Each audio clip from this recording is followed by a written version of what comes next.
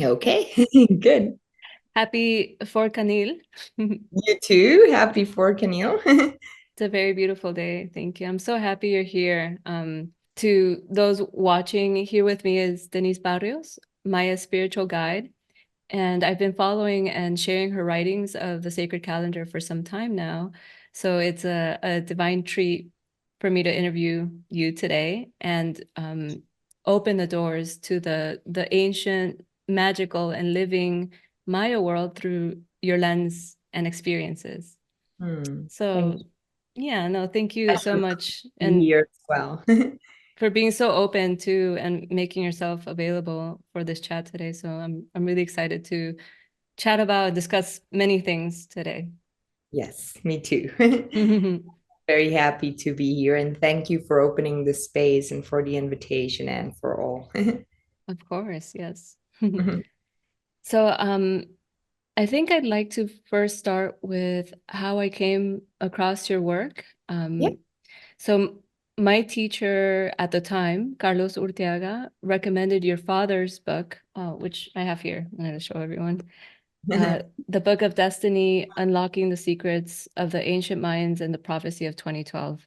Mhm. And this book has been, I mean, quite a profound and really valuable asset for me on my spiritual journey. And it's taught me so much about the Maya cosmovision. Mhm. Um, and your father, through this book, he also raised many curiosities for me about the Maya origin and its Mhm. traditions, um, some of which I believe what I understood from the book is that he hasn't really shared it publicly until the elders gave him permission through this book, somewhat to clarify the Mhm. misinterpretations and distortions about the Mayan predictions in 2012. Is that correct? Yes, yes. Hmm. So it seems like he actually let us in a lot of more details that we didn't really know about the Mayan world, the one that's still living now. Mhm. Yes, when he began his path as an Ajq'ij, at a very Ajq'ij or spiritual guide at a Hmm. very young age, and through his learnings and through his connections to many different elders, as he used to walk through the different towns and mountains of Guatemala, he was very interested in learning from different people. So he put a lot of his interest and effort together with his brother, sorry, Gerardo, to travel around Guatemala and meet many different elders. He eventually was given the mission of spreading the words of the elders to the Western tradition, to which he was also familiar or understood, ¿verdad? At the moment in which they told them that the tradition was meant to come to be to come to be available. Sorry. uh, Hmm. he and together with his brother and Mariano Chitumul, an elder who's a specialist in calendars, he actually was the one who did the not conversion, but made it possible for the Gregorian calendar to run together with the Chalkij. He was given a computer by a university many, many years ago when computers were a room big. Hmm. He did that conversion into the years. Maybe you want to help with this word, los años bisiestos? Leap years. Leap years, yes. Mm-hmm. Mm-hmm. So that it could run with the Gregorian, ¿verdad? And Oh. the three of them were working a lot together, and they opened the space for a gathering of elders of America in the 90s. And the president of Guatemala came to this meeting at that moment. And it was then that I believe it was a little bit more open for the Ajq'ij to start doing ceremony, which was mostly held at night and very silently, because it was perceived by the peoples as something more obscure. But it was not very known what it was happening. So I believe with this opening in that moment of the gathering of elders, that the word started becoming spread to the Western tradition. But and that was part of the mission that was granted to him, and both him and his brother. Wow. And so that's really interesting. So that happened right towards, I would think, late 80s beginning of the 90s, correct? Because beginning that's of kind the of 90s. when computers started. Yeah, it was beginning of the 90s. Yes. And so And he, version of the calendar, yes, it was 80s, 90s, and then the gathering was in the 90s. I and then remember he, attending, I was very young at that time. yeah, wow. And so he kind of helped develop the software that would kind of calculate the Gregorian calendar with It a was sacred calendar. it was this Ajq'ij, and mostly with my uncle Gerardo, who was very much into technology and Mm-hmm. understood more the part of computer. ¿Verdad? But the Mm-hmm. three of them together, and mostly my dad and Gerardo, did a lot of traveling to the highlands and to different places to gather with different elders and start kind of like putting together a puzzle of the whole tradition, gathering information here and there in order to put together again, ¿verdad? All the puzzle. And that's where the book came from, ¿verdad? From Mm-hmm. all his traveling and investigation and learnings from different elders. Wow, that's beautiful. But your father in the book, well, he's not Mayan or 100% Mayan or anything like that. He went into this culture first, beginning through his studies, correct? Like he was interested in the culture. So, where was your father born? He was born in Huehuetenango. Okay, His lineage was Mam. Um, and he was not fully Mayan. He was mixed Mayan Spanish. ¿Verdad? okay, My grandparents actually were very Catholic, mostly my grandmother on my father's side. She was very, very Catholic. They had sort of like distanced themselves from their Maya origins. mm-hmm. But my uncle Gerardo, my aunt Lina, and my dad, they're all Ajq'ij. And it's a very powerful, interesting story, I believe, because they all came to this path from different ways. It was not like they agreed that they were going to do this together, but it was in Mm-hmm. different ways that they all ended up becoming Ajq'ij. And they're very in their own ways, all very renowned in this path. My dad Wow. was a writer, so he and conferences and things like that. So he was very open into being a public figure. Mm-hmm. Beautiful. And your mother? My mother, she was born in Guatemala. She's Guatemalan as well. She was born in Retaluleu, but her parents are both Norwegian. Okay, that's what I was gonna ask because you But one of your yeah, last names is Johannesson, which that yes, would be the Norwegian side from your that would mother. be my Norwegian sort of like heritage. But yeah, she's Guatemalan. She feels Guatemalan, but her parents are Norwegian. Oh, okay, beautiful. So all kind of native to Guatemala. Okay. All native to Guatemala, Yeah. yes. And you have siblings too, right? Are I have they a sister, how many? A sister, one sister. one sister. She's actually much younger than me. Oh, okay. She's Hmm. younger and she's also involved in preserving the Mayan cosmovision as well. Yes, she also took that path from a different approach, but she's working mostly with the energy of cacao. Oh, okay. And by different approach, do you mean like is she like a part of a different lineage or just different responsibilities? Just different responsibilities, and she works much more with cacao. I work much more as an Ajq'ij with sacred ceremonial fire and different practices. I do some cacao ceremonial cacao ceremonies, but I'm mostly working with the sacred fire. Oh, I see. Okay. So those are kind of two different paths one could take with facilitation. Um, Yeah, and in a sense, cacao is a more contemporary kind of path, which is not something that's fighting with Maya tradition in any way, because Mayas always have believed that spirituality is constantly evolving. It's not something to become stagnant, but it's mm, something that's constant evolution. And cacao was always and has always been recognized as a powerful medicine and as a powerful element. It's used in ceremonies, it's used in healings, it's used in the temazcal, and it was always that way. But cacao was very sacred to the Maya peoples. but I don't think there was such a thing as a cacao path.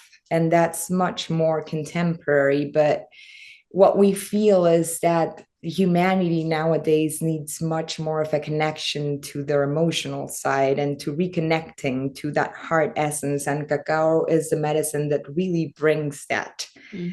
So I believe that's why it emerged with such strength in this time and in this moment, ¿verdad? Right. Yeah. Beautiful. Um, going back to the book, in your and to kind of just start through your dad's path, Mm-hmm, he shares details about his own teachers in the very beginning of the book, Don Pascual Mendoza and Don Isidro Acabal, part mm-hmm, of the important clans that have preserved the science, calendars, and spirituality of the Maya. And he mm-hmm. shares that his teacher, Don Pascual, was a priest from the Mam tribe, which is one of the most ancient groups of the Maya people. It's believed to be the most ancient. The word mam translates to elder, Okay. but then it's believed to be one of the most ancient Maya traditions. Yes. Okay. And Mam is your lineage? Mam is my lineage. Mam is my lineage in my blood lineage. My teacher with whom I studied my Saq Be, my path, was from a Quiche lineage. Okay. Okay, I see. And your practice now, would you consider that cachiquel? No, Quiche. Not Quiche, not quiche. not Oh, I Cachiquel. thought I heard you say cachiquel. It's No, quiche. no, Quiche. Mm-hmm. Okay. Yes, but I do have a lot of influence and learnings from my father. So I do connect a lot with some of the Mam tradition and the tradition of the clan he belonged to as well. I had the blessing to walk with him throughout most of his. I started working with him at the age of 17 when I graduated from school and being his translator and aiding him. So I did learn a lot from him, mostly from accompanying him. Yes. Beautiful. Wow. That must have been incredible. I mean, 'cause it's your father too, but he's, it seems he was very advanced in this path. So I'm sure you learned so much It from him. was, I always think that I was blessed, yes, Yeah. in Wow. many, many senses. Well, we are all blessed, right? Hmm. Did you get to meet his teachers? No, No, they passed before you were born. or I was very little, not meet them in a conscious sort of Right. way, which you can recognize the power of who you're meeting. But Yeah. And are their descendants still around or involved in the preservation of the cosmovision? of those specific teachers, Hmm. I think there is descendants from Don Pascual. I don't think there's any from Don Isidro. Okay. Okay. Um, so and now that you mentioned that you were 17, it's interesting that he mentions that he started learning from Don Pascual at 17. Oh yeah. So is that like a coincidence or is that It's a coincidence. mm, I started my spiritual path as an Ajq'ij at the age of 15, but I started working with my dad at the age of 17. okay, I see. And is it common for those like you that you're born into this life path and worldview? Is it normal for people like you to become spiritual guides? Yes and no. I think there's a calling to it. There are children of Ajq'ij that don't follow the path and that don't have that calling or that mission in them, and there are those who do. But so it's not mandatory. But Right, right. Okay. Okay. And I definitely want to talk more about your process with that, but I think just to get to the part in the book that I was really fascinated about was the Mayan origins. So Mhm. he brings to light in this book that there's accurate accounts of the the arrival of the Maya on this continent um from the sacred books that survived the conquest, right? And so he shares that according to those stories passed down by the elders, that they descended from a mother civilization called Tula or Tulan, Mm-hmm. which was located on a continent that is now gone in the middle of the Atlantic. And so he speaks of them coming from the east. And then, immediately I'm reading this and I'm like, is he referring to as the lost continent of Atlantis? Yes, yes. Wow. And that's and I believe that not only the Maya peoples, but if you see the creation stories of different ancestral cultures, Mm. they all take place in fog and in sort of like a sort of like that era. So we do recognize our origin shared with other ancestral traditions as well, but Mm-hmm. coming from a mother civilization. Right, right. And so that for me, I'm reading this and I'm just, I mean, it makes my imagination go wild and so I have a sense that the technologies and the sciences, um, for example, the calendars, um, they were brought in from that older civilization. Is that something that you would Yes, agree with? yes, that's something I would agree with. In the sense that they were repopulating, is that a Mm-hmm. correct Mm-hmm. word? The world in a sense, ¿verdad? And they brought all this wisdom that they have already developed, ¿verdad? The fathers and mothers of the new humanity, if you may, ¿verdad? Mm-hmm. So Yeah, yeah, and something I would agree to. And if you look at the different ancestral traditions, there are so many similarities that it's yes, something that's very difficult not to see or recognize. yes, absolutely. I mean, even the pyramids of Mhm, Egypt too, and how they're in the same latitude of the mhm, pyramids in Mexico and Central America. And then your father also mentioned that 100% of the pure Maya have blood type O, mhm, indicating that they descended from the Cro-Magnon ancestors. And I looked it up, and it's what science today calls early modern humans who lived in our world at the end of the last ice age. So mhm. I found that so fascinating because that would physically link the Maya with this previous civilization of Yes. Atlantis or Tulan. Mhm, mhm. So did you and your father ever discuss that or talk about that? We did all the time. We talked about different things. It was very beautiful. I was just speaking with a friend, remembering when he was writing or translating or redoing, because he has a version of the Book of Destiny, the first one that he did in Spanish. And then the English version was sort of like a review from that. And I helped him with the typing and a lot of the things Wow.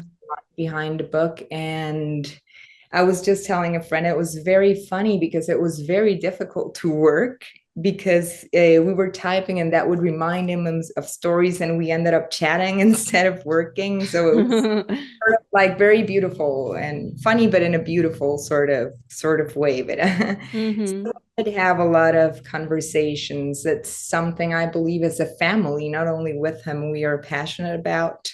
We really feel in our heart. So when we get together, it's very common. Well, not any longer with my dad in a physical state, but it's very common that our conversations go towards codexes or languages or whatever, calendars or whatever, ancestral knowledge or wisdom. But it's very, I believe, walking the Maya path in that sense, where you're very connected to it in a sense that it really forms part of your daily life and of your conversations, and it's a way of viewing the world, Vera.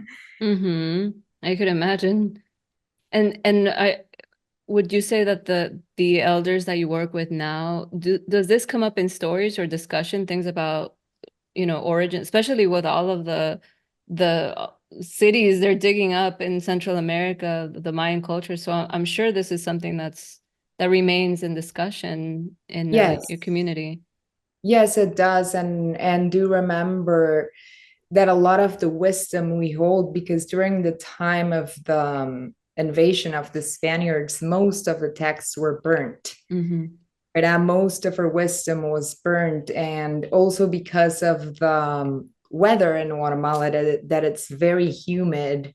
A lot was not well preserved either, Vera. So a lot of our tradition comes in the shape of oral tradition. So there is a lot of that conversation with the elders and the young people, and that's the way in which storytelling passes on. And I believe for everyone and in every case that it is in that sense of family lunch where you're talking about whatever and it goes there and it comes to that storytelling that the kids start absorbing it as well, and it's that way in which it survives and it stays alive. Right. Yeah. Through stories. And in Mm-hmm. some cultures through songs too, like songs that have been existing for thousands of years are still around because they're passed on. Here as well, there's a lot of dances and ceremonial songs that maintain the story of the peoples as well. Mm-hmm. Mm. Actually, as in a parenthesis, I collaborate, and I guess that's how we probably met with Saq Be, right? Which Mm-hmm. is an organization that my dad formed about a little bit over 20 years ago. This organization came to life because at that moment the Uruguayan calendar, correct me if I'm saying that wrong, was very latent and it was very widespread. And they wanted to sort of like bring the traditional, authentic Maya calendar into light and bring more of a voice to it. And now, about 10 years ago, I began collaborating with Saq Be as well. And I was passed on that torch in a sense. And we are now holding a project and where we are kind of like trying to strengthen Mm-hmm. that oral tradition. But so we have 5 young people filming 5 elders in different sort of like people who work with the poles or who work with obsidians, or elders who are just Ajq'ij, who work with the fire. And amongst them, we have musicians and people who have preserved the tradition in that way, you say, in the way of song and in the way of dances and in the way of that sort of practice as well. Mm-hmm. That's so beautiful. Um, is there, would you say there's any components of the things that are shared amongst the community that are still meant to be kept kind of secret and within the lineage before it's let out to the rest of the world? I Is there still believe that? that there Yeah. are still components that are meant to be shared later on, but a lot of it has been opened already. But Mm-hmm.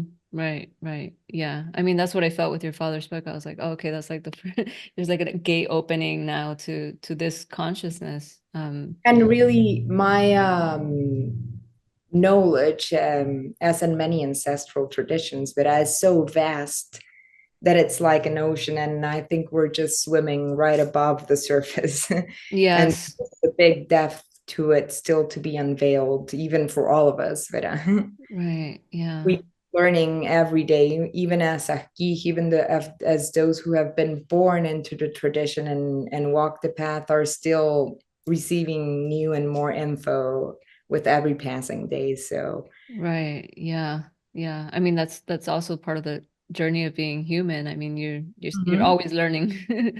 learning is Hmm. Yeah. And so your father was an Ajq'ij. yes. I've seen him say shaman and also member of the Guatemalan Mayan Elders Council. But does your lineage differentiate between the title priest, Ajq'ij, and shaman, or is it the same thing there? No, I believe both shaman and priest have been attempts to translate or give a meaning, an understandable meaning to the West of Mm-hmm. what our work is as timekeepers actually would be a more accurate, probably, translation to that. But Mm-hmm. we are those who keep the track of the time. So, but yeah, shaman or priest would be attempts of a translation. Right, right. Okay. And the Mayan Elders Council, you said that started like around the 90s? No, there's been a council. No, No. what happened in the 90s was a gathering of elders of all America. It was, I believe, in his book as well. He speaks about a prophecy where the energy of America was split when they did the Panama Canal. Yes, yes. Energy flowing in America, which by the Panama Canal, sorry, Hmm. was split. So there was a prophecy in which gathering of elders should be held in Guatemala, then in South America, and then back again in the north, trying to bring that energy or bridge that energy together as well. And that's what happened in the 90s. But it's the Council of Elders was already a thing. Right. There's Okay. always been elders and council. That's part of the tradition, but it's nothing new or created now, but it's always been that way. And now that you bring up that story that he shares about the I believe it was like trying to move the energy back in one direction because it was going the wrong direction, something like that. Oh, it Was that was trying to reignite the flow of energy right? in a sense, but trying to reignite the flow of energy that was broken. And before my dad passed, one of his greatest dreams in which he was working towards, but it's a big dream but not easily achievable, but he was trying to do a new encounter of elders again, and that's what the apprenticeship program I was talking about, that's part of our aim as Saq Be, because that's a dream I wanted to inherit it or take on a to do with him, which Okay. is part of moving that energy and bringing that whole of lineages of the ancestors together. And I was speaking with an elder from Bolivia, and he was telling me that in this time, what they are perceiving is that the need is not only to bring together elders, but young people in order to strengthen the links of connection between the young hairs of the ancestral traditions of America. Right. Yeah. Yeah, that's powerful, and I think that's happening. It's interesting how that occurs kind of like in the United States. All these young people are really interested in ancestral traditions, and then the younger people in South America and Central America, they're more interested in the technologies and the stuff that we've developed up here in the North. So I could see why there needs to be a unification of both generations to Mhm. continue preserving this knowledge. And I'm Yes. even blending technology like we're doing right now, like blending the technology with this knowledge and this consciousness. And remember, the Maya peoples were people of science, of great development, Vera. So we've always recognized not a fight with technology in that sense or with development, but a consciousness of how you're making use of it. Yes, That yes, using it as purposefully rather than becoming hooked on it in a right. uncontrolled sort of way. Mm-hmm. And so going back to the council, these are physical meetings that take place in Guatemala, right? These are physical meetings that Yeah. take that are formed by the most respected elders, Vera. Mm-hmm. Mm-hmm. And how many elders more or less are currently members of this council? There are different councils in different towns, Vera, formed by different numbers of elders, and sometimes they come together in a bigger council, Vera, to discuss matters, to come to agreements and certain things that are going on. So it's kind of like smaller ecosystems, and then when there's bigger things, they all gather together. Yeah, where the representatives of this council come together as a whole, representing the different nations and towns and peoples. But Okay. And then I imagine there's several different lineages that come together there. yes, there are several. Yeah, it's different lineages, different towns and peoples. Yes. How many lineages would you say are in Guatemala alone, the Maya Ooh, people? there's a lot of lineages, but I think around maybe 22 or so. But Okay. there's several different lineages. However, there's root to them all. There's not sort of like a big difference between the learnings. I've personally, as I told you before, was learning from both the Quiche and the Mam lineages, and I see there's a very big synchronicity. It's not completely different from one another, but it's sort of like the same language in a sense. But it's the same calendar. It's the same. There are sometimes where there are different differences because of the energetic influence that each latitude or place holds, ¿verdad? Mm-hmm. There's peoples who hold wisdom of a more profound wisdom of different things. For example, the Itzá people from the more northern part of Guatemala hold the energy of water, but they are the Mm. wise people of water. So there are certain differences, but the root, the core of it, it's the same, ¿verdad? Okay, okay.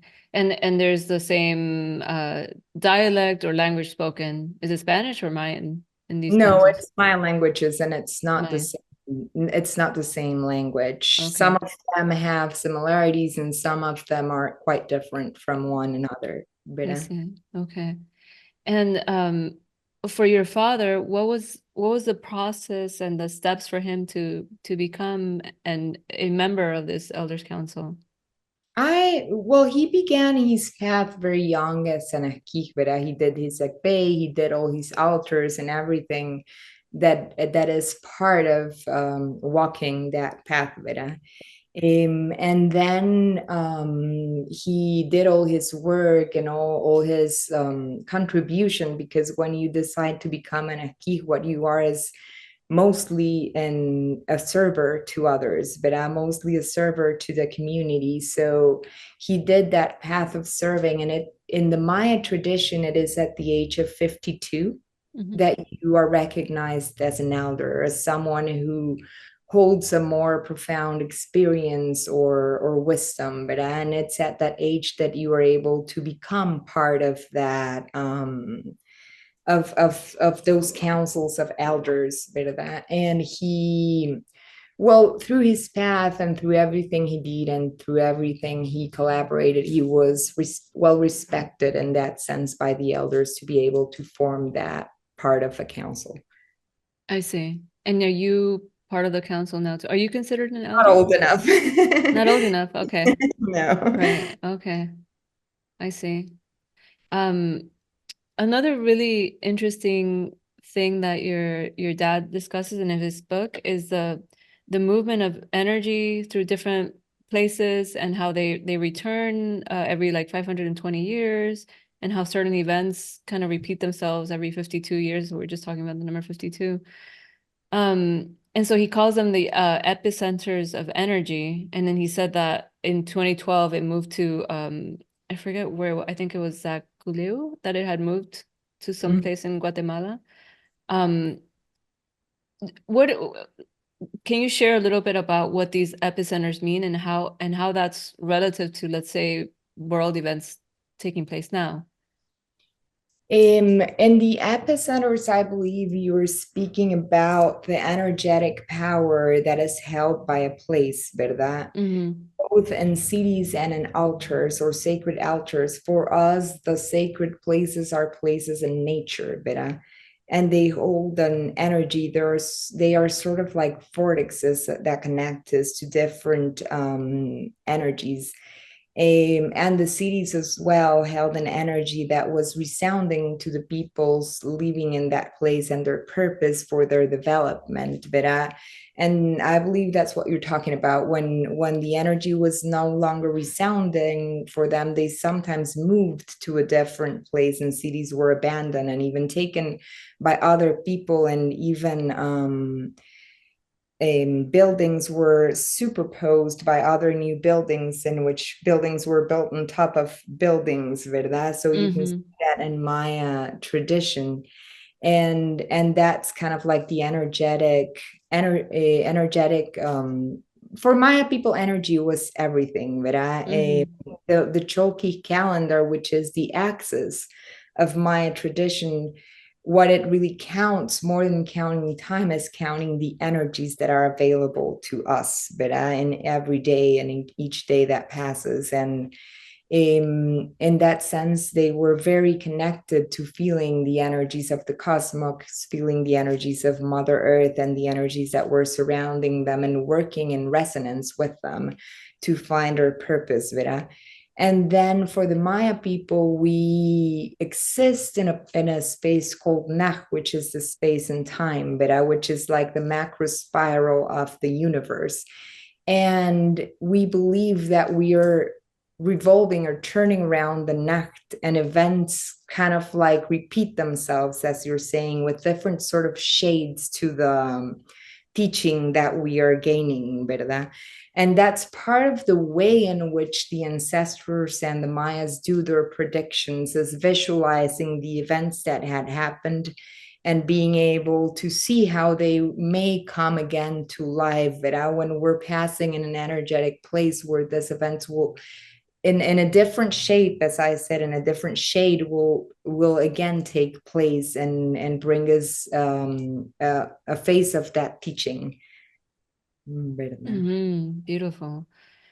And in there you mentioned that which I was gonna get to this part where he talks about it's important to note that the Maya did not disappear because that brought me back to a memory of when I was about 14 years old. I read this book called The Celestine Prophecy, which is a really beautiful book, and it really like opened up my mind. And I think that was the first time that I actually heard about the Maya people. But in the book, he says that the Maya disappeared, and then there's this whole like mystery around the disappearance of them. But then I realized, oh, perhaps this is because they migrate and they move from one place, and there's like isolated, centers and pyramids and cities are left alone, and then they move somewhere else. So like in the Western mind, they're like, oh, they don't understand that they would have these ceremonies to then make the decision of where to keep moving. It's very similar in stories that I read of the Hopi. The same thing. They would not settle in a place. They would feel into where they need to go. Like, oh, it's not right to stay here. We need to move somewhere else. Are these kinds of decisions still made today to move to different places? I don't think that there's any longer a movement of a whole town into a different place. They're more settled in where they are. ¿Verdad? And through the conquest, through the invasion, a lot of things were imposed, ¿verdad? There was a lot of imposition of religion and things. Even if you go to Chichicastenango, for example, to put an example, but different places where this happens, but in Chichicastenango, it is very visible and perceivable. You have one church in front of the other, and this were the temples of the sun and the moon, which were taken down by the Spaniards, and a church was built on top of it. And you have these two churches that are built on top of sacred places for the Maya people. And in Chichi, because the land of the churches belong to the indigenous mayorship, they are still used for ceremony, and they are still used for the Maya practices. But that was in a way of getting them to come to the temples, because these were their sacred spaces that were connected to the cosmos, as we were talking. But there was this, they did not disappear in that sense, but some things like the building of pyramids or certain things did stop happening. But the ceremonies were kept alive, the medicinal tradition was kept alive, the knowledge of herbs, the use of several things was safeguarded by the hairs of the Maya, by their children, and has been passed down, as we were talking, from then until now, and it's still being passed down. But certain things were lost in that imposition of a new culture and a new spirituality. Right. Yeah, and many different places in the world, it's the same pattern. And the other thing he mentioned was that they when they would migrate, in the times that they would migrate, that they moved to north Arizona with the Hopi, and then others down to Colombia, and then others to the Andes. And so I thought that was interesting too, because when I was reading about the Hopi, it said the same thing, you know, similar stories that they moved everywhere. So um, for me, that affirms that our indigenous ancestors from all of these different places and regions are all connected to this mother tribe, an original Yeah, civilization. indeed. And I remember from the stories my dad used to tell, a lot of these indigenous people held different parts of the wisdom as their sort of like master knowledge that they have. In the case of the Maya, it was the calendars, but they were the counters of time by far. They had around 20 different calendars that we can find trace of, like that we truly can know that existed. And my dad had this story where he was visiting with an elder. They went to Hope Land and they were visiting this Hopi person, and he said, wait a bit, I'm gonna bring something for you. And he brought part of like not a codex, but a piece of like codex like paper, where he had prophecies of times that things were going to happen. And he said this was given to my great grandfather by the elders of the Maya people. So there was a connection and there was a collaboration where they might have shared or had more profound knowledge, each of the nations, of different things, but they were collaborating with one another. They were sort of like woven together in that sense as well. But Beautiful, yeah. And like you said, there was that gathering they had in the 90s where all of them came together. mhm. Um, That yeah. was very magical. Wow, I could imagine. Very powerful, very It's magical. a historical moment, I'm sure. Yes. Um, eh, if it's okay to ask, what was the reason for your father's passing? Mm, You don't have he to answer. It's okay. oh, that's okay. I can answer. He had COVID. Oh, really? Yeah. When And did it was he very, passed recently then? yeah, it was in 2020. Oh, It wow. was it was July 5th of July of 2020. It was during COVID time, and we were holding ceremonies virtually every trecena, every 13 days. I was he was doing a lot of like online working because that's what was going on at that moment, since people could not move around or get together, ¿verdad? And Hmm. I remember we started working a lot in social media, and he's social media and virtual platforms to do teachings and to do reunions. And we were holding fire every 13 days virtually for people to join us. And for me, it was very shocking because he started becoming sick. And I remember I posted like, we're gonna not gonna have this trecena ceremony of Hunach, because my dad got sick, and we're gonna retake when he feels better. But we were still even considering if instead of a ceremony, we might be able to do some candles or a different ritual that was not as intense for him to practice. And 1 week later, on a day Hunah, he passed, and really we weren't really prepared for that. It was I I, really I really quick. wasn't expecting that to happen. It was very sudden, and it was very Yeah. impressive for me. Wow. I had no idea it was so recent. I didn't know Yeah, it was so and recent. it was fast. Yeah. But Wow. it was beautiful as well. It had a lot of magic with it. So Yeah. it was what it was meant to be. In like prophecy wise, a lot of elders, a lot of nanas, a lot of tatas passed away.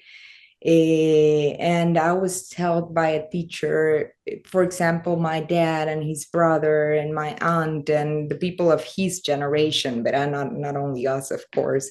or them, I mean, Mm-hmm. opened a path where Maya tradition was really kept very secret because there was a lot of it was not well understood at that moment, and there was a need to bring it to people in a certain way where it was probably not well received at that time. But when nowadays a lot of more people are connected to spirituality, but that was a whole different time and moment. And they did that path that was a complex path to travel, of opening all these ancestral traditions to the world, of Mm-hmm. bringing them forth. And I think an elder told me that was the work of them, and it's now the work of their heirs to transcend this prophetic times that we're actually living now, of an emergence of a new humanity, of a change of vibration. So it was time for them to sort of like pass the torch, sorry, to the newer generations. And if you see in this recent times, a lot of elders have passed away, but Mm-hmm. Mm-hmm.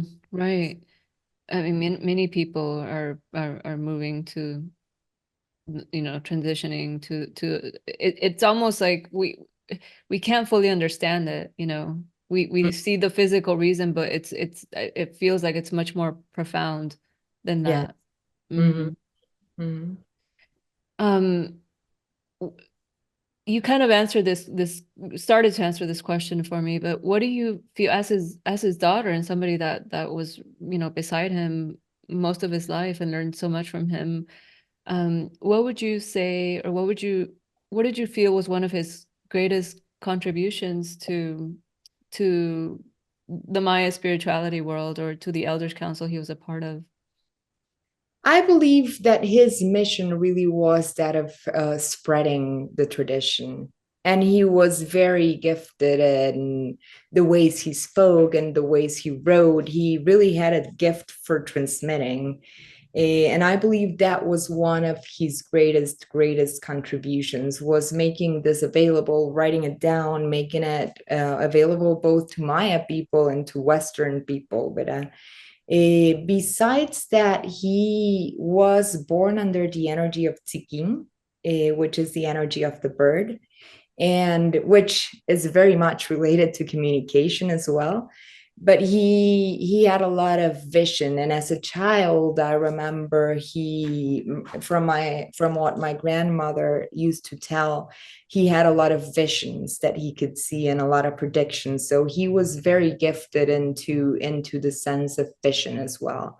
So he was very much helpful. I'm sorry, in that sense of collaborating to the predictions or things in that sort of sense with the Council of Elders Mhm. and with the Maya peoples as well. I think you had mentioned it before that he was seeking, but I forgot, and now it's like, oh yeah, that is so powerful. Was it what number was it? What donut? One, One seeking, one one seeking. seeking. Wow, it's so beautiful. Um, is there anything you feel he would want to share now about the current state of the world? And I mean, I don't know, maybe what we could do as individuals to help bring greater equilibrium to society and to our planet? I remember I was just eventually in my social media, I post videos of what was recorded from him, and that this brings for me personally a lot of memories, where it brings you back to a moment in which you are doing something or listening to something. And I recently posted a video not very long ago, maybe about a month ago, where he was actually speaking of us as human beings nowadays and what we're going through. And I think one of the greatest things or one of the things that he felt more important to talk about in this sense is that we are, first of all, we've lost our connection to the self, to our true being, to recognizing all the power that we hold. Because I believe for us Westerners, part of our learning is a process of actually unlearning rather than learning, and removing all these barriers that hold us, in which we don't believe what we are capable of, or we don't believe in the powers and gifts that we hold. for the Maya people, it is believed that we hold more than five senses, or actually, Western tradition maybe recognizes a sixth sense, right? You have that sixth sense of intuition, but there's much more than that. And we all, each of us, hold that power, but I believe when I was listening to that video, he was talking a lot about our ego and how that ego that we hold really disconnects us from listening to others. We want to have the reason, we want to have the ultimate truth, we want to be the saviors of the world. We only alone, but not as a community, not as a bunch of people, but in an individual sense. And I believe that is what is distancing us from collaborating. We are very much split in this moment. Humanity has got us to a moment in which we're totally polarized, but in our opinions and in our senses, and much of the work, and it was very, that's what I personally also believe, but it was very beautiful to be reminded that that was what he believed as well, are too polarized, and we need to find that tolerance, we need to find that harmony, we need to find that embracement of each person's path and learning as well. But not Maya path is not the correct path maybe for everyone, and that's totally okay. Maybe you're doing something totally different, maybe you're a Catholic, maybe, as long as your heart is in the right place, that's totally beautiful. And I believe in this moment, that's one of the things that we mostly need to work in as a humanity, is that tolerance. But that letting go of the ego of I'm always right and what I think it's the ultimate truth. Exactly. Thank you to you and to your father. Gracias, Carlos. Yes. I'd love to move on to your personal story now, and see the world through your own lens, both as Denise and also as a spiritual guide. So are you currently living in Tikal? Is that where you No, live? No, no. I live in Antigua. Antigua. Okay. I live in Okay. Antigua. Yeah, I always say that I was blessed. It was a gift to be born into Mayan tradition and understand that from a different sort of perspective, where you are not learning it in a rational way. Not saying that rational is not important. Of course it is. The Mayas were scholars, Vera. They studied, they were mathematicians, they were scientific, they embraced the rational mind as well. But I was blessed to be born into it in a way that you can perceive it first with the heart before you understand it with the mind.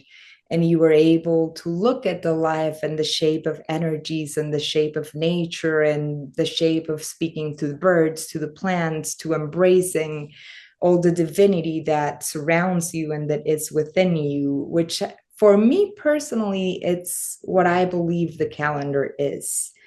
The Chalky calendar is a calendar that, as I said before, measures the energies, ¿verdad? And it's a calendar that is very much related to us as human beings. It's a calendar that's formed by energies that are cosmic and telluric, and it's a convergence of these energies that shapes the neck, that shapes the space and time, ¿verdad? And these 20 different energies that shape the calendar are related to our fingers and toes. And the 13 numbers, this 20 energies that shape the Chalky calendar, are accompanied by 13 different numbers that gift them with different qualities. But the energy of this each day is shaped by different aspects that make it come to be unique every day. And these 13 numbers emerge from the 13 main joints that we have in our body. So it's a calendar, even the way in which you write the numbers, in a dot being number 1, number 5 being a line, and the number 0 being a closed eye, in which it symbolizes abstraction, that ability to abstract and go within. And so this is a calendar that is related to us as human beings and to our relationship with what surrounds us, to our part as a whole. And for me personally, I believe that the calendar is also a reminder of the power that we hold within, of the energies that are within us and what we can achieve as human beings. But a daily reminder is today, the day of the seed, that we are seeds with a whole lot of wisdom within us, able to flourish, able to create. It reminds us of our creativity. So I believe that it was very beautiful and a very big blessing to have been able to be born into perceiving the world in that way. But looking at the world through that lens of the energies. And it was also a blessing for me that my dad, when I was young, when I was born, sorry, he was younger and he was traveling a lot to the mountains to do ceremony very, very often. So I grew up in ceremony. I grew up going up and down the mountains. I grew up meeting elders. I really do believe I was blessed in that sense very much. And then at the age of 15, I decided to walk my own spiritual path. And that's when I started walking my Saq Be and became an Ajq'ij about when I was about 20. Right. Yeah. I love that you shared all of that too. It's kind of like your early memories because from my side of it, working with the calendar, I'm going like it's kind of like reversed. It's Mm-hmm, backwards. It's mm-hmm, like I have to unlearn all the things that I've learned here in Western world to understand the calendar from the heart, not so much from the mind, you know. For me, it's mm-hmm, a journey back into my heart.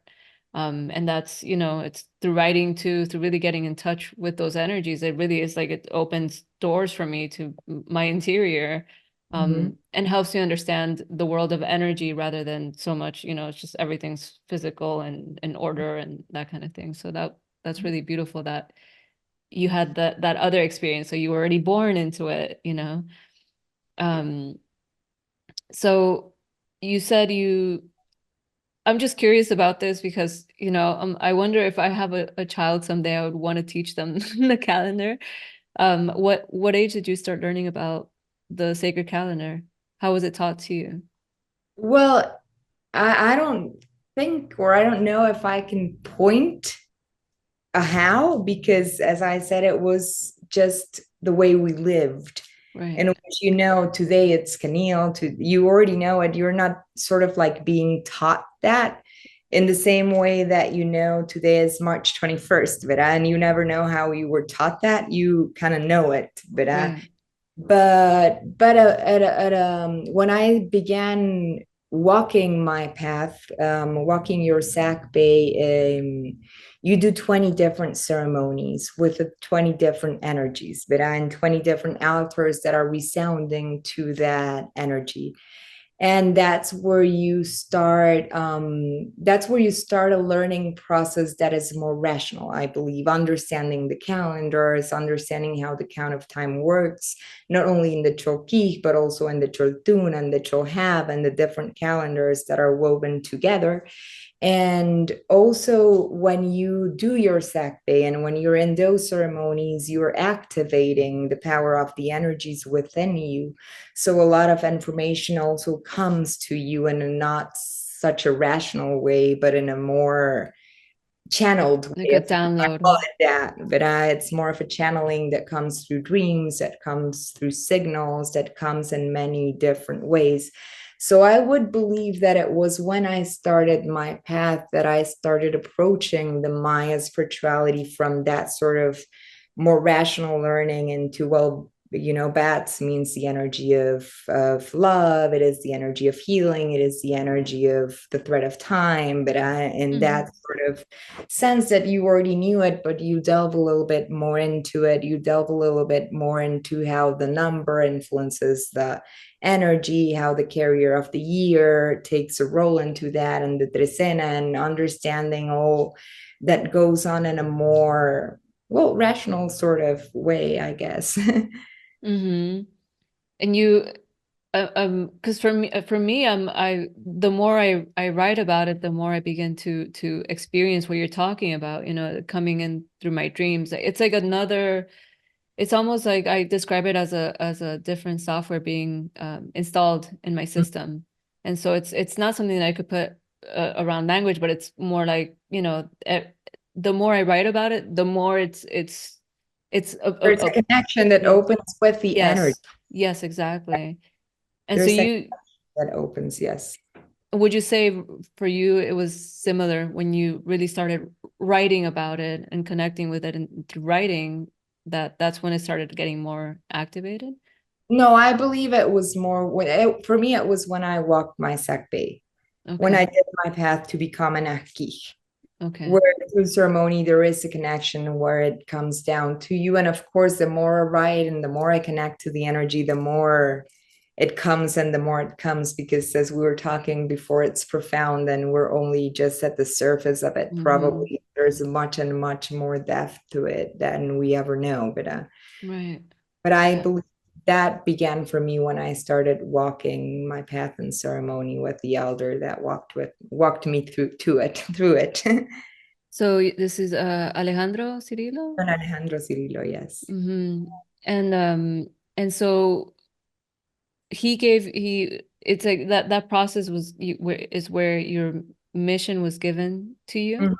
Yes. Okay. I was, as you said before, I'm part Maya. I have some Maya in my blood, of course, and my lineage is Mam, but I am also a Western person.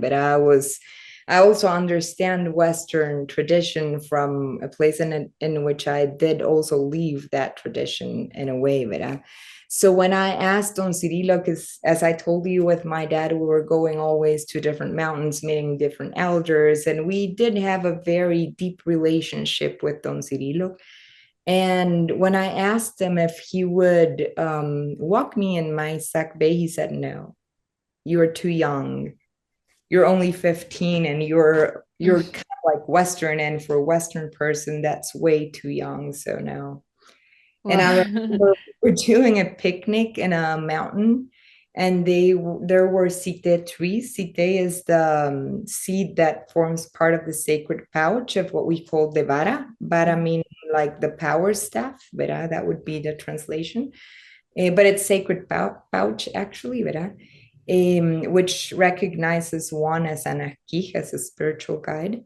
And I was picking cites up from the ground and putting I remember I had a Todos Santos hat with me and I was putting them on the hat. And then I started sorting out the ones I didn't like, that didn't feel like they were okay. And then I counted them and I had 260 beans. And at that moment, he was there and he said, "Okay, I'll walk your path." Because Uh-huh. this is a signal, because you had the exact number of Tite seeds that is needed for a sacred pouch. And that's why he then accepted me at the age of 15. And it took about 5 years for me to walk the path, which is kind of normal. It's a process that doesn't happen overnight, Mm-hmm. or shouldn't happen overnight, at Right. least, because it's a process of receiving all this wisdom. And when you go to a ceremony that is held as part of your path, as I said before, you go to an altar that's resounding with the energy of the day, and you do the offering to connect with that energy.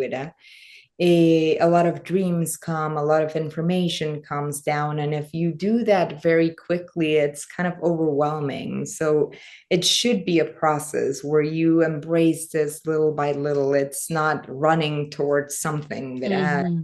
there's no rush into that. So that's the way I began my path with through the accompaniment of Don City. Mm-hmm. Thank you for that. Yeah, that's beautiful, and I love the synchronicity, or you know, with the 260 seeds. And We always usually need some kind of sign.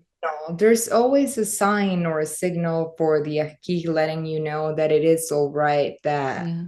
that this person does their path a bit. Mm-hmm. Yes. So it's for most Ajq'ij, they have a story of that sort. And did your own Nawal and number come into play in I'm a the same energy as my dad. oh, you're also one Sikhin? I'm also a Tsikin, yes. Wow, that's We share, incredible. which is also a blessing.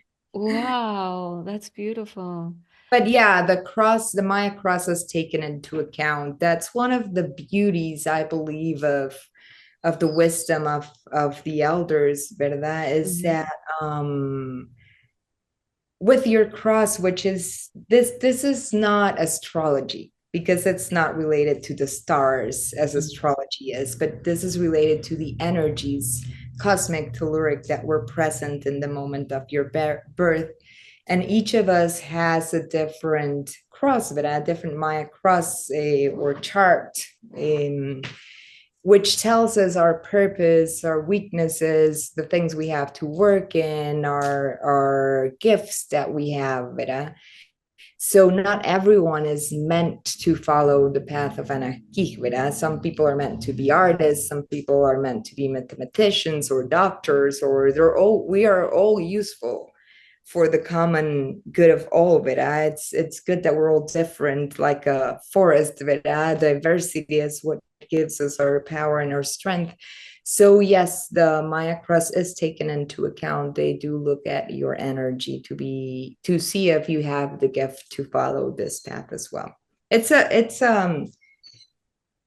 convergence of different things, but it's your energy, is the signal, it's if the fire gives an okay, because there's a presentation ceremony in which a fire would give like a permission in a sense, in which the cosmic elders would give a yes as well into your following your path, to do it with that person specifically, to be your teacher. So it's a whole lot of things going on for that to come into being. Hmm.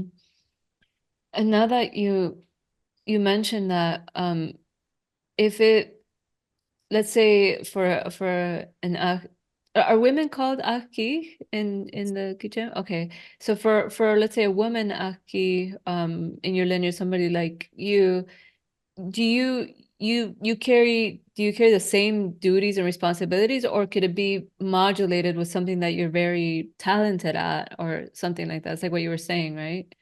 Yes, we all learn everything, but as an Ajq'ij, you learn how to do cleansings, how to do healing, how to do ceremony, how to do divination, cross reading, everything that an Ajq'ij does as a work.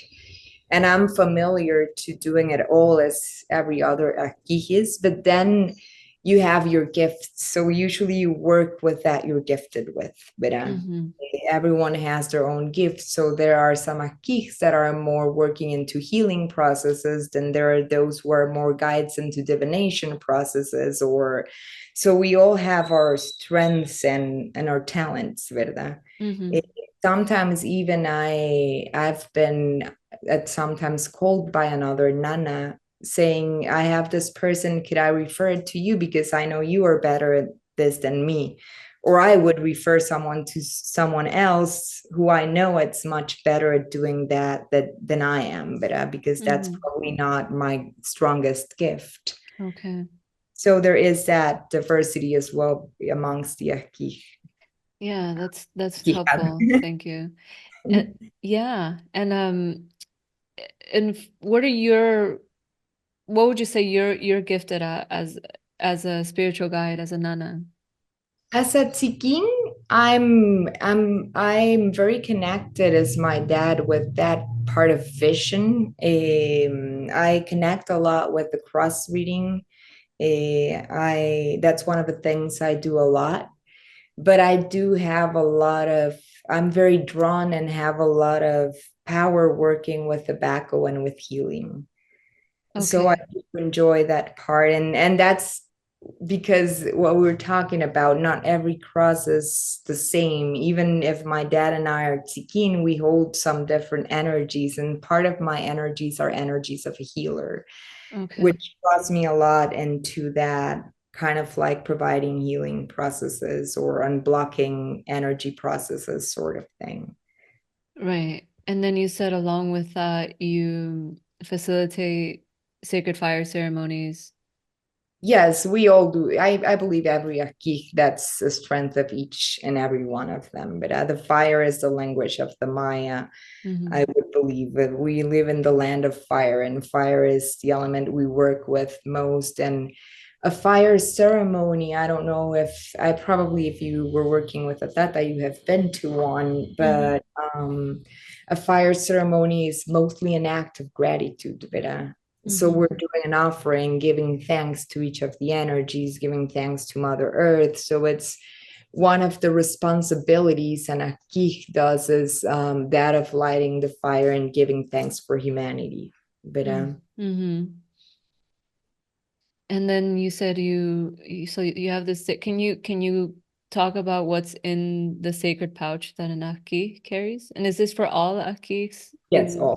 Okay. all it's part of what you're gifted with, and the sacred pouch is said to be your spouse in a sense, but Mm. it's your partner, it's your couple in the spiritual realm. And the sacred pouch is shaped by 260 tsite beams. I hope I had my pouch here to show it to you. Oh yeah, I'd love to see it. And it's shaped also by crystals and stones that compose it. So it's mostly used, it holds different purposes, but it's mostly used for divination. When you read the Popol Vuh, Hmm. when humanity was created, and it was created of different elements until they shaped it of corn, but the humanity of corn was created. There was a previous humanity created of wood, which wouldn't be grateful. The Popol Vuh is a wonderful book because through its stories and through the way it narrates the story of the Quiche people, but and the cosmovision of the Maya, or their creation story, it gives us a lot of teachings as human beings. But and I find that teaching of the creators and makers, shapers and formers of life doing humanity and being wrong a couple of times before they got it right and the Hmm. demise or the point, sorry, humanity gives us a lesson of our own imperfection, but our own shadow part. But when they were creating this humanity, and they consulted the Tzite seeds, they consulted to do a divination to find out what material they would use to shape humanity, and that's when they used corn, ¿verdad? Which is beautiful because corn in its four colors also symbolizes the four different races as humanity, and it talks about the unity that we have as a humanity rather than separate beings of separate things. But so Site reading is a very, very, very ancestral way of divination, and it's used a lot for divination. From the lineage I belong to, part of the healings and energy unblockings that we do is done with crystals. And you use the crystals in your pouch to do that work of energy unblocking and healing. So it serves sometimes different purposes, but mostly is done for divination. Well, not divination, guidance would be a more appropriate word, probably. Guidance, right. And for both personal use and for whoever you're assisting, you're helping, you're Yeah, guiding. yeah. Hmm. Mostly for whoever you're assisting. Okay. Personally, try not to use it personally because then you're a little bit biased. But there's that human part of you that when you're working for yourself, you can err a little bit. So Yeah, it's better to go to another Ajq'ij and do a consultation for your own, although you can use it personally. I don't do it personally that way. I see. Okay. Um, are you speaking of, because you said that sacred pouch is your spouse. Do you have a husband or are you married? No, No, I'm no. single. I do Okay. have children. I was married. You are married. Okay. Have children. My daughter is sort of following the path. She writes a lot of articles and she does a lot of things regarding Mayan tradition. My son doesn't, but he's connected to. That's also the way they learn to perceive life. So they're also both connected to Maya spirituality in their own ways. That's so wonderful. You're are they being educated through you, or is there some community that they're a part of where they learn? Neither of them are yet walking their path. Hmm. My They're still daughter too and young. partner, they're still young, yes. Neither Hmm. of them are walking their path. And when they do, I probably would prefer that they do it with someone else, although I'm very happy to pass on my learnings because that's part of the tradition is that oral tradition that goes from one generation to the next in order to be kept alive. Yes, yeah, absolutely. I have the book that you wrote with Denise de Peña here. Oh, those are the tite These are seeds. the seeds, yeah, for people to see. Tite seeds. This is from which tree? It's It's called coral tree in English, I think. coral tree. It's called cite in my language, Sita. palo de pito in Spanish, and I think it's coral tree in English, if I'm correct. Okay. And this has been like an ancient tradition to use these Yes, seeds it's for. mentioned in the Popol Vuh, as I said, but the Hmm. creators of humanity did a divination with seeded seeds to find out the material they were going to use to shape humanity. Hmm. So you co-wrote that with another Denise, which is funny. I have a I close noted friend of mine. he did more of the correction Oh, the of editing. the editing and that sort of part. Oh, okay. Okay. I see. Can you share a little bit about like when this was published for 2012 too? This was So, published for 2012. I did a couple of, this was sort of like a planner. One of the things I truly personally love about the calendar is that, as we were talking before, each of us has their own cross and their own energy. And there's an interaction that you personally have with the energies of each day. So you can sort of like create your own calendar. But calendars are a matter of observation. That's the way the ancestors did the calendar. They observed and observed and observed until they can systematize what they're observing. But this energy is present each 260 days, always, mhm. always, and we can put it into a system. And that's one of the things I personally enjoyed doing a lot is keeping sort of like a journal of how I was personally interacting with the energies of each day. And when you do it enough years, you can also put them into a system and know how the energies personally interact with you or affect you or heighten you or whatever. And that was part of the purpose of doing the planners was creating that space for people to delve into that personal calendar of their own. And Hmm. yeah, well, hopefully we'll continue that I love soon. that you Do it. described it that way because I think that is, I mean, for some reason I felt like it wasn't okay for me to write it, but that is how I've come into relationship with the calendar. It's to Yes. create a system with it, you know. So I created a blog where I could search the last time there was let's say Canil, another 20 days ago was another Canil, and then see my own notes. And sometimes I write my own personal experiences with a day, and And it's with really interesting to look. numbers, and Yeah. it's very interesting. It's very interesting. Yeah. And so I could imagine after doing this for you said you've done it for 12 years now, right? 12 I years did it of for writing. years. I don't remember how many. I always try to write something down, even if it's just a little phrase of this day was very powerful, or Yeah. this day I felt emotional, or even if it's just a very little thing, or dreams were very active, or then if Mm-hmm. you see a pattern, you understand that those days are good for dreaming. For example, you may want to work into that, but I put your Yes. intention into that because you know there's a special power for you during that specific energy and day. Right. Right. That's amazing.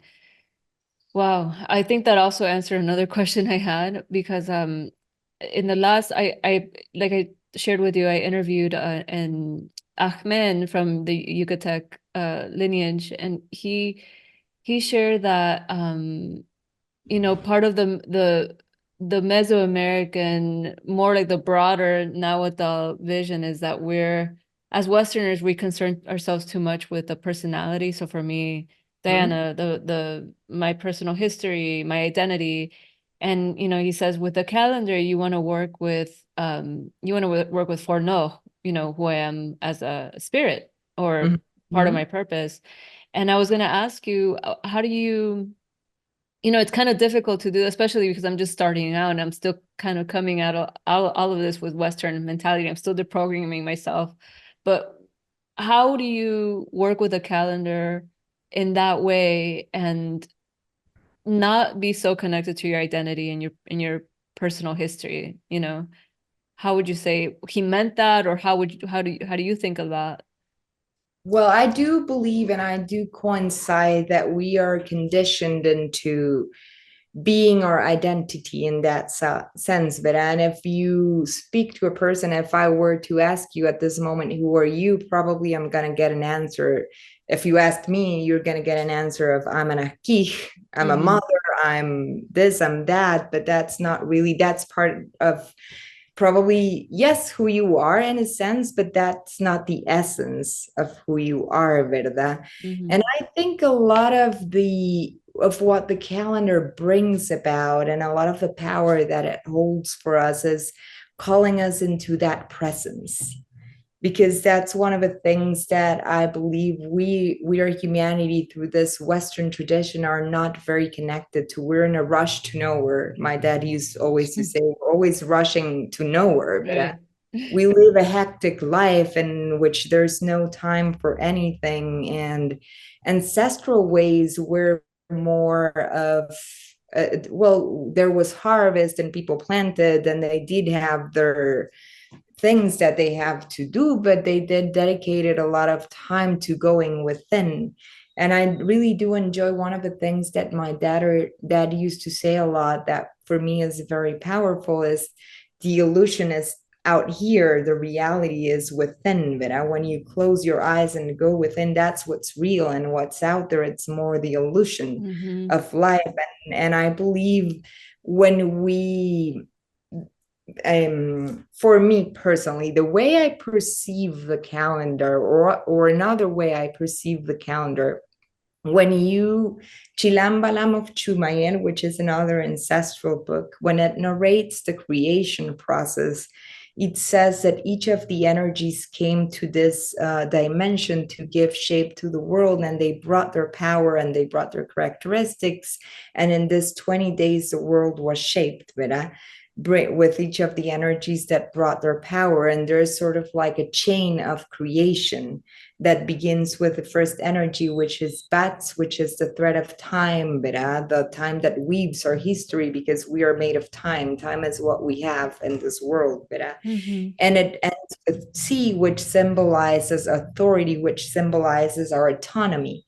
And the same thing with the numbers, in a sense. When you begin with the number one symbolizes the corn, but as a sprout, that it's just emerging, that it's just becoming personified,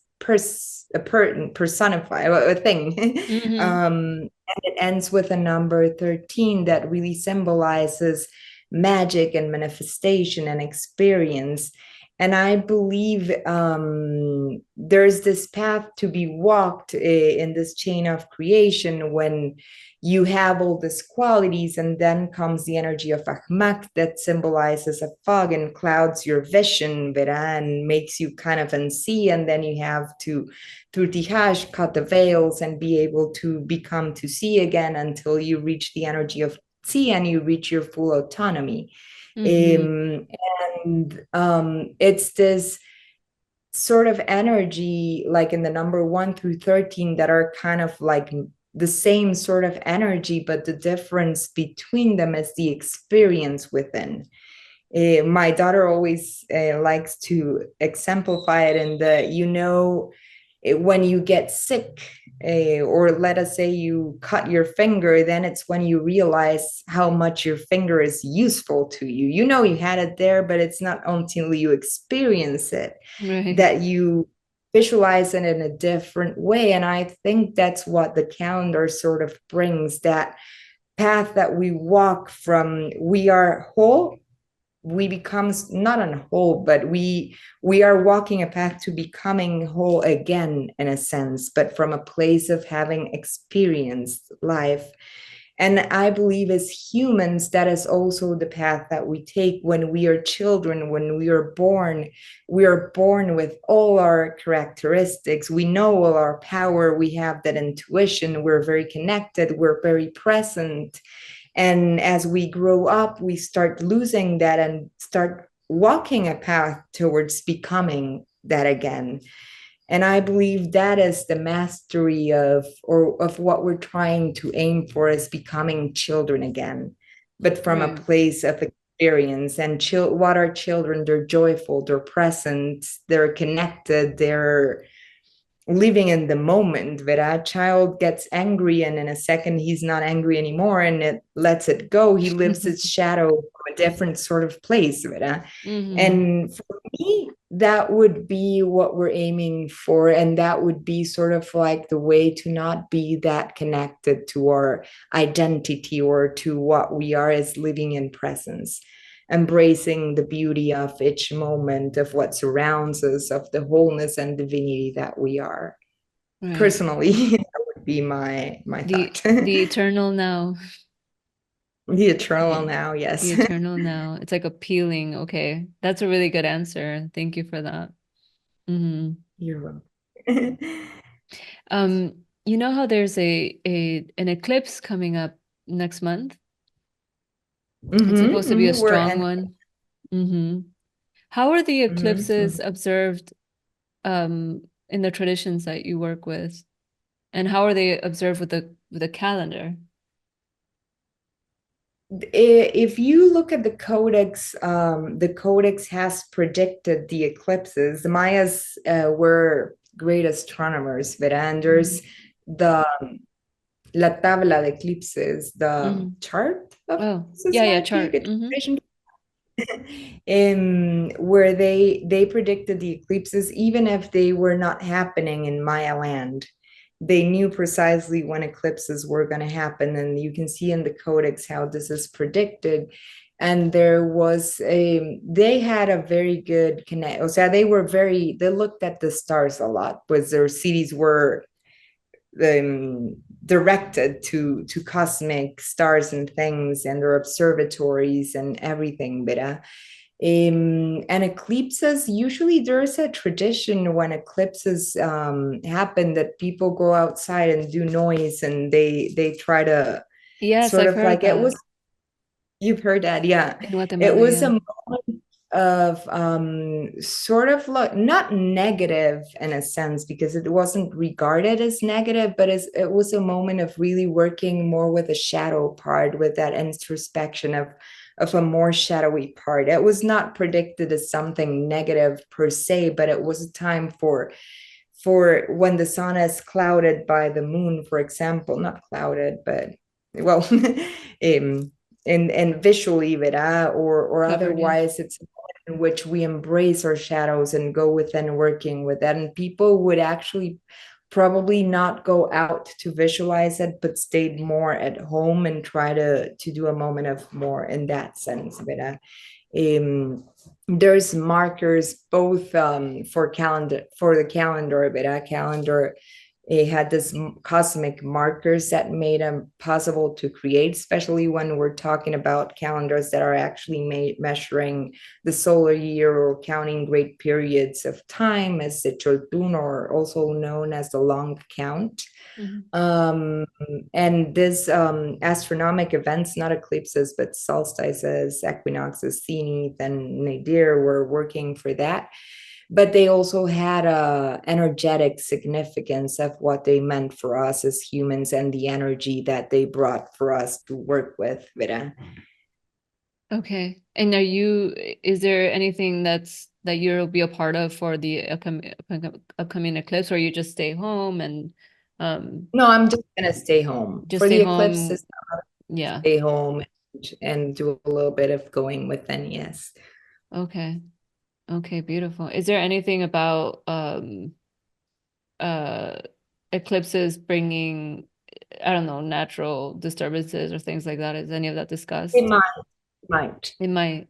They that they might ignite that sort of like, because they're more connected to a shadow kind of part, but Mm, in that sense, so they might bring some sort of like things that we need to visualize, because that's the thing with chaos, that we're not to perceive it in a sense as a negative thing either, because it's something that really is just bringing into our view things that we are to realize. I always like to mm, use the example of how the birth of a child is chaotic but mm, not negative.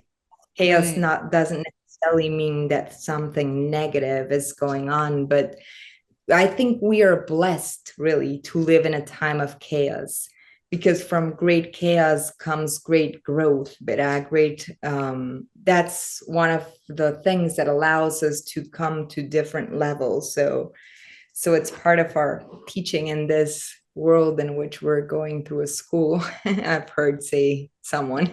Yeah, I love that's the way to look at it. And we forget sometimes to see it that way, but that's a really good analogy of seeing a baby born as chaotic too. Yeah. Yeah, and not always negative. It's just a change in something that allows you to go higher in Hmm. your growth. Exactly. Um, well, you mentioned the equinox. We just had one now, and then the eclipse and the solstices, and then the zenith. And so I thought it would be Mhm. great to discuss that now. Well, I'm really excited to join your retreat, and I'm yeah. very happy that you're Mm, coming in and oh very my excited goodness. to meet in Yes, person. I'm so excited. This I don't know if I told you, this would be my first trip to Guatemala in general. I've never been to Oh, Guatemala. never Mm-hmm. been to it. It's Mm-mm. going to be beautiful that you come to Mayan, and I believe it's going to be very beautiful that you come to Peten, which is really a very, very powerful land. Yes. Yeah. Energetic, the energy there is really, really, really, really beautiful. Oh my goodness, I can't wait. Um, can you share a little bit about what the Zenith is? Why is it uh celebrated or observed in Guatemala? And I think it only happens in Guatemala, correct? As far as I understand. Mexico, and it happens not in the whole world, but in this line, Yeah, in Central America. in Central America. But um, first of all, there, as I was telling you before, there are different cosmic markers that allow the Maya people to create their calendars. And we believe that the zenith was the energy that was used to begin the counting of the calendars. But in the 0 year of the date that's marked 13.0.0.0.0 in the Chohab calendar, which was August 13, 3114 before Common Era. I'm hoping I'm saying this right in English. Around there. Around there. Hmm. It the 13th of August is the time of the Zenith, and this is a year zero that marks the Choltun calendar is the calendar that marks the great periods of time. It is in this calendar that you find that famous date of December 21st, 2012, Okay. which was a change of time for the Maya people, in which we enter this time of a new sort of like energy of change, of evolving as a humanity and getting to a different energetic level. Hmm. Um, so Zenith was, and the Cholki, from one Zenith to another, there's a time lapse of 260 days. So there is a very strong connection to the Zenith, from the Zenith to the calendars. So calendarically, the Zenith is very important. Also, the Zenith marks it's very connected to the I'm sorry, my English is getting a little bit rusty, to the It's okay. harvesting of corn. It's Right. when it starts to sprout, ¿verdad? In May and in August are important dates for the crop of the corn. So the zenith is very connected to all these important factors calendarically in the three calendars that we just mentioned, ¿verdad? The Cholhav, which is the agricultural solar calendar, the Choltun, which is the long count that marks great periods of time, and also to the Cholquij. Also, as a marker, for example, an eclipse, not an eclipse, no, solstice or an equinox, sorry, it's a good marker of time in which you can see a moment, but there are different pyramids or observatories, more than pyramids, where you can see the sun setting at the time, at that specific time of a solstice or an equinox, the markers of these times. But you could get confused by a day or two. O sea, in a time of equinox, there's this in which there's, but with the zenith, there's no confusion. O sea, it happens on that day, and there's no way to get confused because there's this zero shadow that happens at noon on the day of the zenith, but that does not happen in any other day. So there's no way of mistaking it. So I heard Anna say it's like solstices and equinoxes could be centimeters, and zenith would be millimeters, but it's like much more precise in that sort of way, and that's why it was calendarically super important as a marker for time. And in another sense, the zenith, also the periods that go from equinox to zenith to solstice are usually of 52 days, which is times 13. So there's also this mathematical sort of like power that is held in this process, ¿verdad? And also the zenith is very much connected to the nadir, which would be the opposite or its polarity in a sense. But during the nadir, the sun is set like below us, you could say. What's nadir? Nadir is the opposite of the zenith. In the zenith, the sun is directly overhead us, making no shadow. It's the moment in which the sun is right straight over us. And in the nadir, the sun is directly sort of like below us. And nadir, very interestingly, happens, one of the nadirs happens on November 1st. And November 1st in Mayaland and Guatemala, because in Mexico it's November the 2nd, but there's always, the elders always say that the effect of a cosmic event has a lapse, that it lasts for 5 days. So it has an effect during 5 days, but there's a precise moment where it's more powerful, but there are 5 days in which there's a pull influence, ¿verdad? And on November 1st, during the Nadir, we celebrate All Saints Day. Well, this came with the invasion, that there's this sort of like mix of traditions, but ancestrally, it was also celebrated, and because when the sun is right below us, it opens a portal of connection to those who have transcended, to those who dwell in different dimensions. So it sort of opens an energetic portal where the communication with these beings is more accessible, if you may.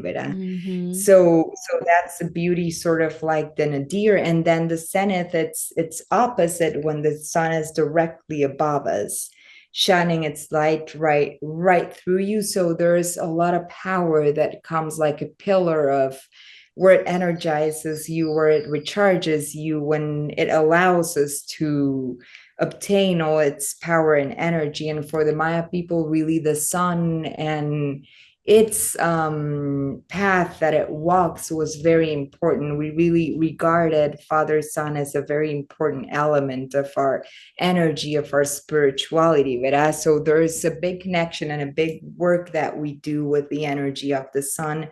And on the zenith is when you can receive its power more directly, if you may. But there's a portal of connection that opens for you to receive all the wisdom of the sun at that specific moment. Wow, that is amazing. And I mean, just hearing the thing about the zenith that goes from the zenith to the solstice, you said is 52 days. 52 days. And then the from one solar zenith passage to another is 260 days. 160 days. That's So uh, incredible. the calendars were very much based on this observation of the stars as well, and that's numerically, well, Mayans were great mathematicians, so numerically it all coincides, it all makes sense, Hmm. ¿verdad? Yeah, and I mean, because usually, I mean, how I learned with the choki is that it's 13 times 20, which is 13 joints, articulations times 20 or 20 fingers. But then Person there's also this knows. other 260 of the solar zenith. So it's Mhm. really, it just kind of like opens up, it connects neurons. You're like, oh, okay, we really are part of this universe. This is really, Universe. yeah. And we really are part of a universe, and we Yeah. really are universe. It's all connected, it's all resounding, it's all perfect energetically. There are so many things that when you start like visualizing them, you're like, wow, It's like, this is really amazing. This is really yeah. perplexing. For example, there is this count of trecenas as well, but we Mhm. count the periods of 13 days. When an energy coincides, when an awal or chumil coincides with the number one, a new 13-day short cycle begins under the influence of that energy, ¿verdad? Mhm. And if you put the energies of the energies of the Nahuales in the circle, ¿verdad? Where you put bate, Mhm. and then you draw a line in the Mhm. trecena from one energy to the other. When a trecena happens, for example, we were in the trecena of E, we are now in the trecena of Can. So let us say you draw a line from E to Can and on, then you create this amazing sort of like geometrical flower that happens in the intertwining of trecena. So it's really perplexing and amazing, all the wisdom that the elders were able to gather and develop and inherit it. Yeah, the Ajq'ij Ahmed that I interviewed, he created a chart to show me that, to show me what happens when you just keep crossing it. And he says it forms into a spiral. It's almost like a spiral and it just keeps It's going almost like inward. a spiral, yes. So it's like a fractal perfect spiral. That's the Mm-hmm. the Mm-hmm. the the mathematics of the calendar. I mean, it's incredible. You have It's so much it's it's humility and really respect for it. it's Hmm. really amazing in so many different senses, and that's why it becomes sort of addictive, if you may. Right, Well, yeah. not but you want it hooks your interest in a way in which you want to talk about it all the time or learn much more or view the world in that sort of way, because if you do a cross reading of a person and you see the periods of their lifetime that are marked or heightened as important, the ages of 13, 20, 47, 52, and then you are doing a chart reading and talking with a person, you can see how their energy sweeps in that moment and how important things oftentimes happen during those years for them. So really it's amazing the understanding of life that Maya people had and Hmm. that they have passed down for humanity, plus for everyone, Hmm. Vera.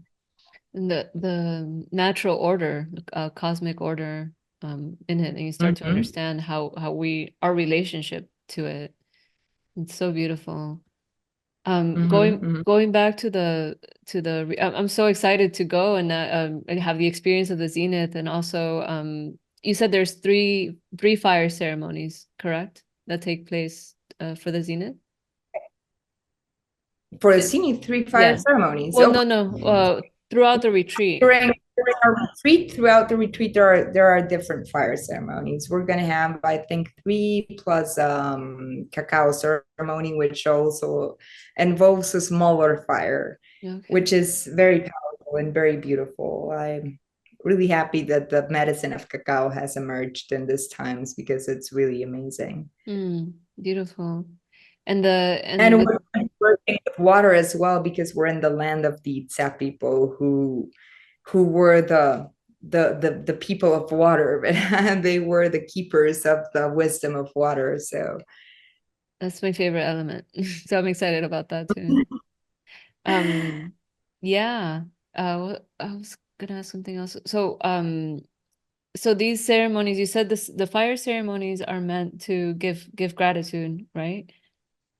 well, that's their principal kind of like, or not their principal purpose, but their root. But it's Mm, always a matter of giving thanks to the energies and connecting with them, which doesn't mean that you cannot have a ceremony with a purpose. But you can do ceremonies for healing or for opening paths of abundance or for asking to remove negative energies. So yeah, they can be purposeful, but one of the core things that happens during a ceremony is that it's always an act of gratitude. mm, right. And so these ceremonies for the zenith, and it's in a way that, and is it combining some other purpose? It's combining some other purpose and not in the sense of probably asking for a specific thing, but to be connected or synchronized with the work that we will be holding during the retreat and what we want to ignite in all of us participating there or awaken. And Okay. we're going to be blessed to work in ancestral cities, which is a blessing that can happen in Guatemala, that the elders eventually, long ago, was not the ancestral elders, but the elders many years ago managed to get the permission from government of the recognition of this place as being their land and being their heritage and being able then to be able to if you to hold ceremony and the sacred sites if you are an Ajq'ij, ¿verdad? Mm. So we'll be blessed with the opportunity of working ceremony in Tikal and which is super super powerful, So something very nice to something experience. that we couldn't do before, like not too long ago, because of the government's No, intrusion of their eventually it lands. was, I don't know how long ago, I wouldn't be able to say, but Mm. before you wouldn't be able to hold ceremony at archaeological sites, which Ah, is I more see. ancestral, really.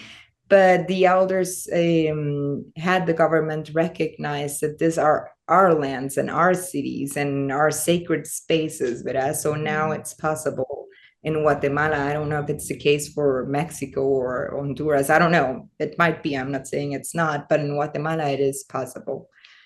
Mm-hmm. Thank goodness. Yeah. I love that. We are very blessed, and I do feel incredibly honored and blessed that I could go and join you in Yeah, that. no, very happy. We have a very beautiful group, so we're very excited about that as well. Doing a retreat in this sense is very powerful. I don't do, I'm not going to say I don't do much because I really don't do at all any online teaching Mhm. because I truly believe in the power of presence, of being there, because there's an exchange that happens when that's energetic, that goes beyond words, but Yes. that really happens when you are in presence and in retreats is very beautiful because it's not Mm. only the elder or or the Ajq'ij that's accompanying, it's the whole group that's bringing an energy and a wisdom, but each Mhm. person there, so it's very powerful in that sense. A group in intelligence. Mm-hmm, mm-hmm. Yeah. Yeah. Wow. Do you, how long have you been hosting these retreats? I started doing those retreats with my dad when I was 17. So, Oh, but I wow. was really, yeah, that's part of the work he did. He has always held those retreats, probably not as often as I'm doing it. He spaced them a little bit more because he also did a lot of traveling to other countries and stuff. So his schedule was much more tight than mine, but um he I started doing that with him when I was 17, so many years ago. Okay. And then yeah, collaborating with them and helping him, and now, well, taking more a role of the center. But we are also accompanied by other Ajq'ij and other nanas that work with us and bring their wisdom as well. Mhm. Um, do you would you say that the lineage that you're working with, or the group of people that you're working with, are you envisioning something for the future? Is there like a dream or a vision that you may have with them that you're working on cultivating and um, In bringing into which reality? sense? Well, so you have No, these I retreats, but don't think I got you. is there something bigger, like a bigger vision that you have, or that maybe people from your group or your lineage are working on together? No, not really at the moment. I don't think so. I don't think so. Okay. You feel really fulfilled and satisfied with the work that you're doing now. At the moment, yes, I'm feeling very fulfilled and satisfied. I think I found the path I really want to work with and walk. And I do some traveling as well as my dad did. I'm kind of like following his path really in his doings. I do want to write a book. I want to Mm. find the time to do that eventually. My dad had begun to write a book. He thought it was a time to share because the energies, in a sense, it's not that they've changed, but the energy of the world, in a sense, has changed, and the approach, in a sense, has changed a bit. As so, he was working and writing a book and left a lot of things written, not in the shape of a book already, but in they need to be woven together to create them in a sense of a narrative. Mhm. And it's not finished, so there's addition that's need to be done to it as well. And one of my dreams is to do that when I have the time and inspiration to do it. And as I told you, my other bigger dream is bringing the gathering of elders into happening eventually. I Mm. know that was something he really wanted to do. That was his dream that he left and undone, in a sense. And I believe there's a calling for that in this moment, in which we need to empower mostly the younger people, as I was told by an elder. Mm. So I'm working towards that, but that's a big dream because it requires a lot of things to be able to bring it into life. Mm. It's really interesting. You mentioned you're one seeking like your father. It's almost like you're here to finish and carry forward, his mission. And I'm sure it's going to evolve through, your mission is going to evolve through that. But it's almost like they're both connected. You're like, okay, ego come, ego go, and then the next ego continue the work.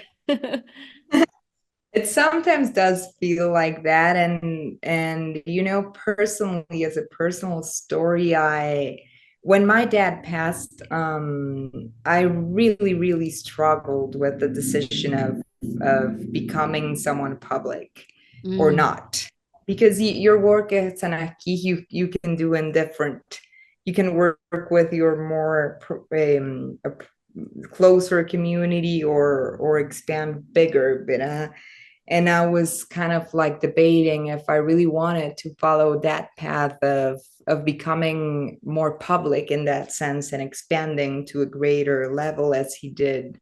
It was a big decision that it mm, took some time to first deciding it and then finding the way to do it. It's been a process of learning for me as well. So, but it does feel like I'm sort of like really following into his path, and I'm very honored and praying always to his spirit that he will guide me into the right direction and into the right ways of doing it from a place of heart and not from a place of ego, hopefully. mm.